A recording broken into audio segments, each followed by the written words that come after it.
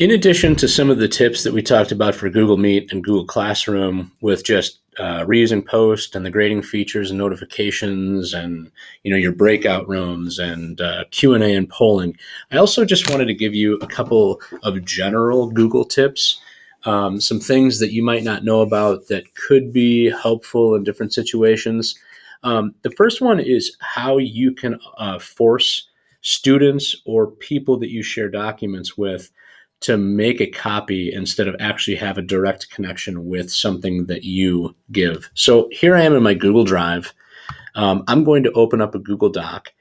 This Google Doc is just going to be our example, but you can do this with sheets or slides or anything that you really share through Google Drive.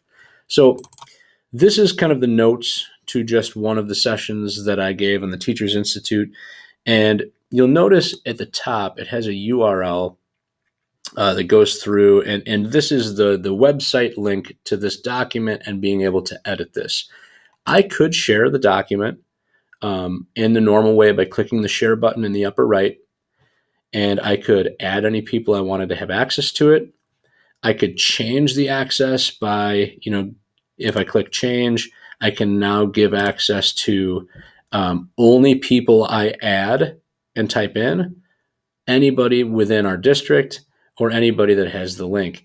But instead of doing this, sometimes you don't want people to have a direct connection to your document or your slideshow or your data file. You want to give them just access to have their own copy so they can do whatever they want with it.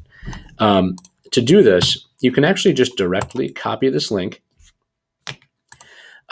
with one minor change. You're going to take this edit button out and you're going to type in copy.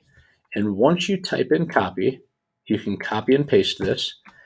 And I just use Control C for a quick copy. When you copy this, you can put it now in Google Classroom. You can put it in an email. It doesn't matter where you put it, but a person would then take what you sent them. They would paste it. Notice this has been changed from edit to copy still. And when they hit enter, or when they click on that link, it will automatically force them to make a copy of what you sent them. And you will be that person will then be the owner of the document. So anything that they type in there, it's got nothing to do with your document. Obviously, you don't want to do this for things that you don't want to share, but anything that you don't mind someone having a copy of, as long as it doesn't mess up your copy, this is a really useful tool. In addition to this, along the same lines, when you are going to present a slideshow, and I'll just open up my Pear Deck slideshow. When you're teaching in Google Meet and you want to present a slideshow, one of the things that has been a problem for some people is that when they present the slideshow, it takes over the entire screen. And some have really wanted the ability to present their slideshow without having the slideshow completely take over everything. They've wanted it in maybe a tab that they could control or a window that they could resize. So I'm going to hit escape to get out of full screen mode. One of the things that you can do is take this edit right here, and you could type in the word present, spell it right. And once you type present, it will then actually put it in presentation mode, but within this tab. And that's something that you could then drag out and you could resize, and it does not take over your entire screen. It's definitely a useful tip, especially when you're presenting slideshows while also teaching in Google Meet. So that's another useful feature. One more thing within Google Drive, and I'll kind of go back to my notes. Don't forget about your revision history. Your revision history is under File, and then Version History. And you can see version history, meaning that if you have a collaborative document with students and you want to see every little tiny thing that's ever been done, you can see from the beginning of that document exactly what changes have been made.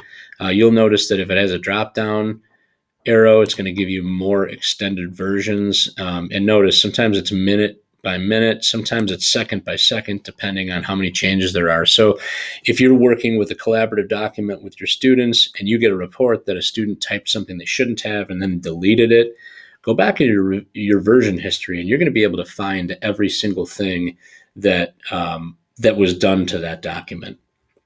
The last little tip within Google Drive that I'm going to talk about is shared folders. You may use these, you may not, but if you are sharing documents or slides with co-teachers or with students directly, um, and you find that you kind of share the same types of things over and over and over, instead of continuing to share each document, you can also share a folder.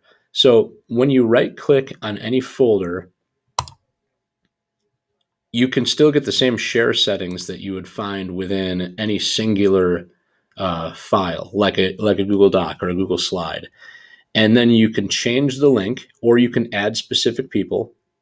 And once you set your share settings that way, you'll then see that it has a folder with like a little person on it. That means it's a share folder. Now, anything that you make that you stick in that folder is just automatically shared with the people that you want to have it. So, if you've got committees, if you've got department meetings, teams, if you're on, if you're in anything that you need to share these things over and over and over, you can use a shared folder to do that.